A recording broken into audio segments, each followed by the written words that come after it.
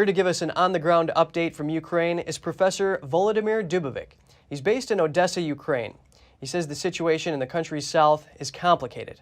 While over 1,200 civilians are said to have been killed in the eastern city of Meriupol, the professor also alleges Russian attacks on hospitals and maternity wards will be classified as war crimes.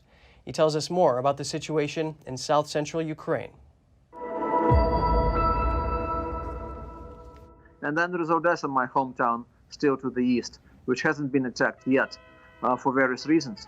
Once the Russian attack pace is slower than they expected.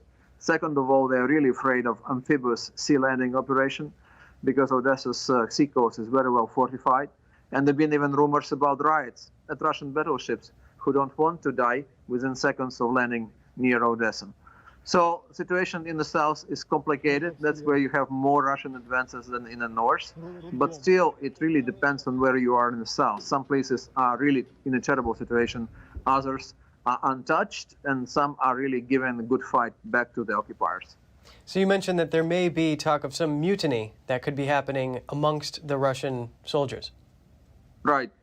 Right, there's been rumors about that on many occasions, and now we're also hearing this from some prisoners of war that we've taken, at least 2,000 of those. I mean, they've been talking to Ukrainian media and Ukrainian investigators, of course, and they've been saying that the morale is really low, that a lot of people are questioning the whole thing. Why are we here? What are we doing there? There are no fascists here. I mean, these people are just civilians, you know, and Ukrainian military is fighting bravely against us because they see us as invaders.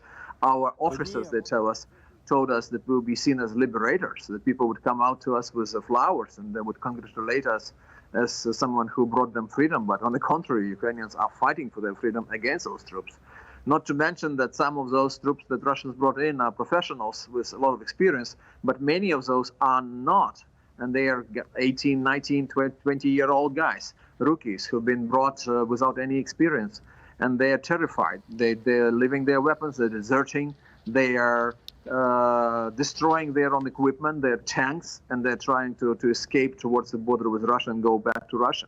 So their morale is extremely low. And the Ukrainian military is in a difficult situation, obviously, under fire, but the morale is really high because the people are defending their land. Yeah, of course, they're fighting for their lives, whereas the Russians are being told to go in and invade. That's true. Not for their lives, but for their land, for their freedom. They are defending their own towns. Many of them left their families and their kids behind their backs, in the towns and cities behind their backs. So it's not some abstract conflict to them. It's not something, they know exactly what they're defending. They know what's going to happen to those towns, because we already had many cases of massive rapes, including other war crimes, being committed here in Ukraine and documented already.